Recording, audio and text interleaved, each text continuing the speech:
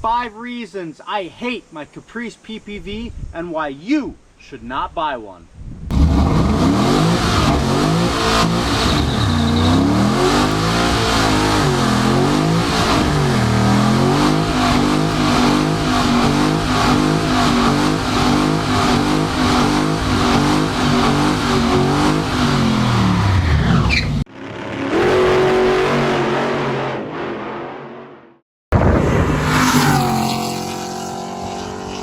The first reason you should not buy a Caprice PPV and what I hate about it is parts availability. Now, I'm not talking about aftermarket performance parts, because you can pick up wheels and tires, camshafts, engines, suspension goodies, all sorts of fun performance stuff for this car relatively easily from all sorts of different OEM platforms. What you can't find for the Caprice are body parts. Headlights, hard to find, very expensive. Front fenders, hard to find, very expensive. You get rear-ended, good luck finding a quarter panel or a trunk or a rear bumper for one of these things. Glass, not that bad to come by, but very, very expensive to replace. My windshield is cracked. One got a quote for that sucker, $1,400 installed. Now that is a cost you do not want to get stuck with. The second thing I hate about my Caprice PPV and why you should not buy one is the interior quality is very poor. The rear seats are vinyl. Now there's a very good chance that some felon has lost his composure and may have, you know, spilled some fluids back there, if you know what I'm saying. Vinyl seats, no flip out cup holders. Vinyl floors, there's lots of leg room, which is the upside, but the interior quality with the vinyl floors and the hard plastic door panels is really a bummer. The front gets a little better, but it leaves much to be desired. We've got hard plastic door panels up here. We've got seats with no bolstering, and it's only available in cloth. Hang on a minute. I gotta put the cows back inside. Now that my neighbor's cows are back in the pasture where they're supposed to be, we can get back into talking about the desirable interior quality of the Caprice PPV.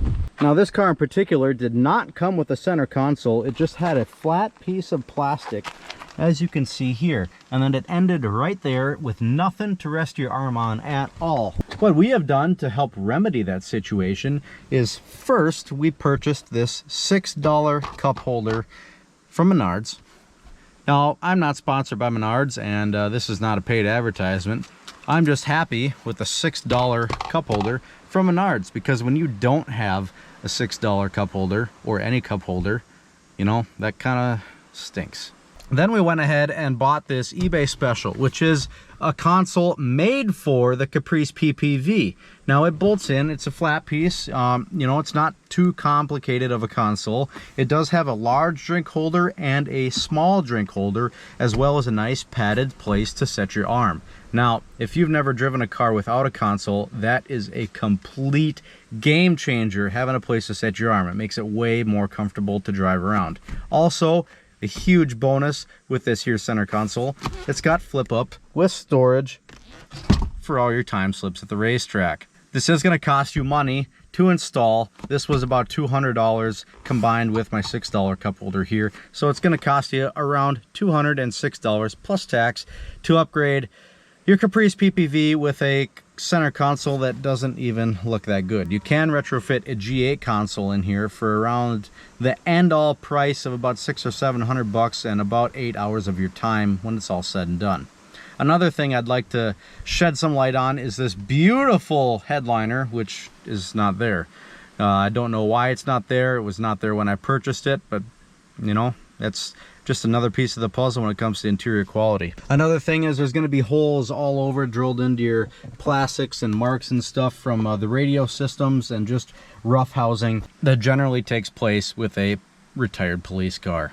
The third thing I hate about my Caprice PPV, and the reason you should not buy one, is because the entertainment center has a lockout feature on it. Now this is the entertainment center given to us by GM. As you can see, we've got radio features and media features and auxiliary features, and it also has stuff over here for the navigation. Well, on the Caprice PPV models for government issue, they remove the Bluetooth capability and auxiliary capability that's built into here, so you cannot auxiliary into this thing and hook up your phone and listen to your own music. You can also not navigation or any sort of map features. They don't work. You can't use them. So that's really a bummer, because this entertainment center is capable of doing it. However, because it's government issued, we've been locked out of that and cannot use it at all. Now that's a huge bummer, because me, probably like the rest of you, like to enjoy listening to our own music, podcasts, coaching seminars, and all sorts of stuff when we're driving to make better use of our driving time. The fourth thing that I hate about my Caprice PPV, and the reason you should not buy one, is because of the weight of this land yacht of a boat.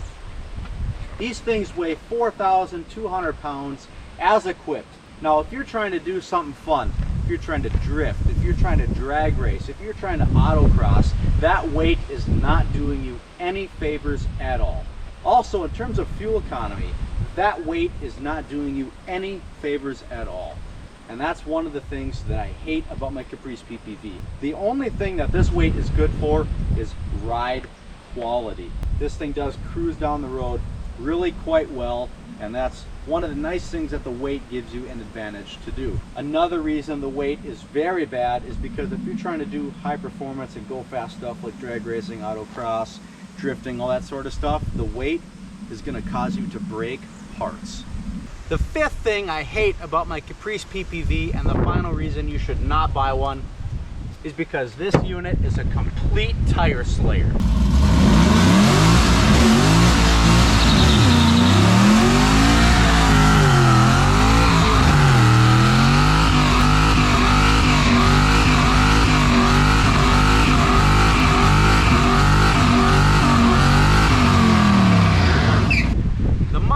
Spend on rear tires for this rig is going to be astronomical. You think you spend money on car insurance? Forget about it. You think you spend money on fuel? Forget about it. You think you spend money on performance modifications? Forget about it. The main cost of this vehicle, I guarantee you, is going to be rear tires. Now, when you put C6 Z06 wheels on your car, as shown here,